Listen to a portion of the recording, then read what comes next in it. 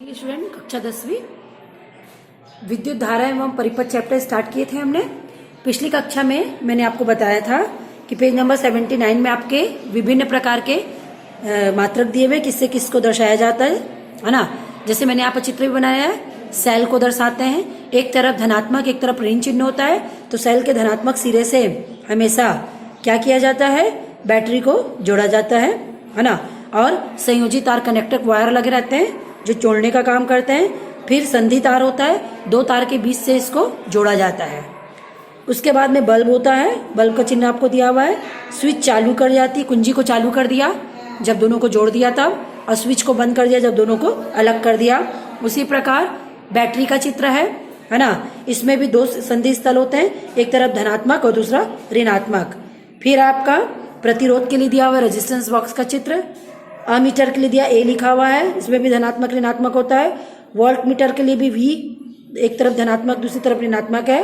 Fuse तार भी इसमें लगा हुआ है, ठीक है। तो इस तरीके से सब इसके चित्र हैं। इसके द्वारा, चिन्ह के द्वारा क्या कर सकते हैं, हम इसको पहचान सकते हैं। और हम क्या कर सकते हैं, इसको आरेख बना करके जब भी हमको परिपथ बनाना होता है तो हम इसको आरेख के द्वारा ही प्रदर्शित करते हैं, ठीक है। उसके बाद विद्युत विभव और विभवांतर। विभव क्या होता है, विद्युत विभव जो विद्युत का की सप्लाई दिए गए समय अंतराल में जितनी इलेक्ट्रिक सप्लाई होती है, फलस्वरूप ऊर्जा उत्पन्न होती है, वो उसका विद्युत विभव कहलाती है। और जो विभव में जो अंतर आ जाता है, विभव में अंतर मतलब मान लीजिए आपका 1 एम्पियर विद्युत धारा एक तार से बह रही है, दूसरे से 2 एम्पियर बह रही है ना, तीसरे से 2 एम्पियर, तो विभव में क्या हो गया, अंतर आ गया। एक में 1 2 है ना।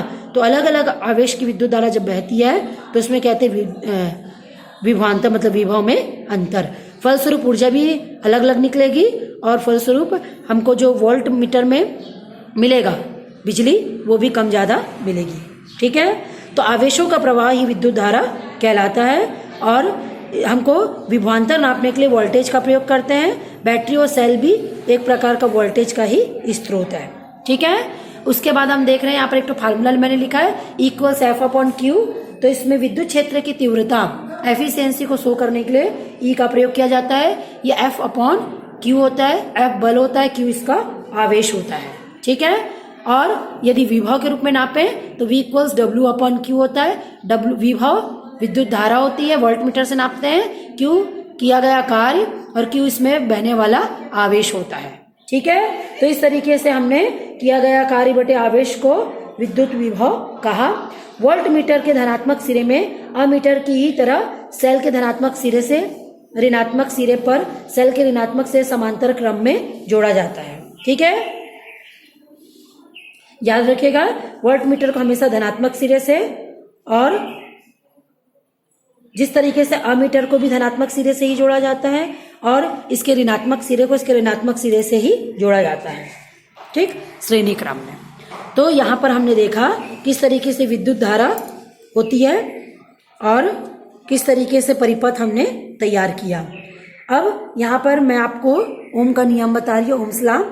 ओम्स के नियम ये वैज्ञानिक ओम ने दिया, इसलिए इसका नाम ही पड़ गया ओम्स लॉ। विभवांतर जो होता है, प्रतिरोध और प्रवाहित धारा में जो संबंध स्थापित किया, उसको ही हम ओम्स के नियम के नाम से जानते हैं। इसमें सूत्र के रूप में देखें तो R equals V upon I होता है।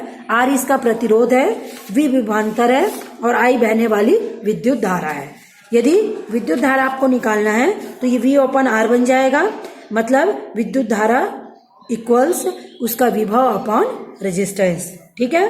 तो प्रतिरोध भी हमेशा बदलते रहता है तो उसको परिवर्ती प्रतिरोध कहते हैं। इसी प्रकार विद्युत धारा भी बदलते रहती है तो इसको बदलने वाली विद्युत धारा या विभवांतर के नाम से भी जानते हैं, ठीक है।